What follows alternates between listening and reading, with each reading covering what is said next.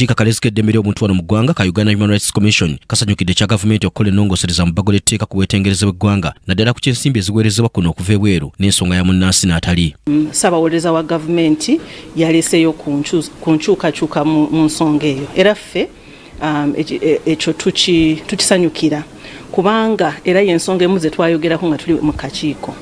Toyinza kuleeta biteeso oba kyoyita policy ng'abantu tobawadde mwaganya kuteesaganya ku nsonga zino kubanga bwe mutyo bwe mufuna ekintu ekisinga obulungi era nze ndowooza nti process eno ekintu ekyo ekijjeeyo bulungi nti kubanga ensonga ezimu zetwayogerako twagamba nti ogamba nti abantu tebasobola kuwakanya poliisi evudde wa gavumenti oba obakoze eki eddembe lyabwe ery'okwogera oba okuteesaganya oba okuleeta ebirowoozo oba olikuze eki oba olirinyiddemu. Dr. Pauline Nansamba akulira ebyokunoonyereza n'amateeka mu kakiiko kano agamba nti newankubadde nga kkaanya n'ekyamateeka ku bwetengereze bw'eggwanga kyokka nti gano galina okuba nga tegalinyirira ddembe ly'abannansi. Ono asizidde wonna asoomoza gavumenti okuwa paalamenti omukisa okukubaganya ebirowoozo nga yeetengeredde ku bbago lino.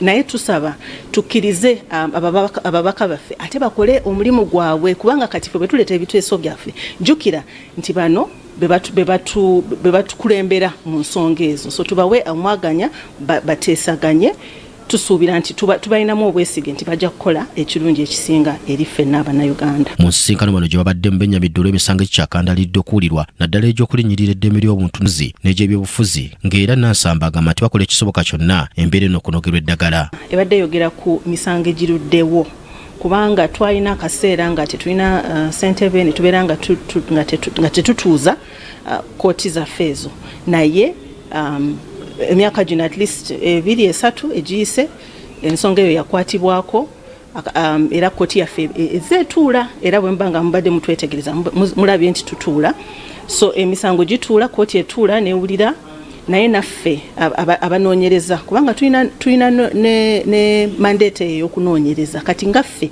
abanoonyereza naffe okwetereeza kubanga akasente kaali katono nga okunoonyereza kwaffe oluusi tekuterera bulungi. Anita Nakayibaale yakusakidde eggulire lino ku Lake TV Amalindilire.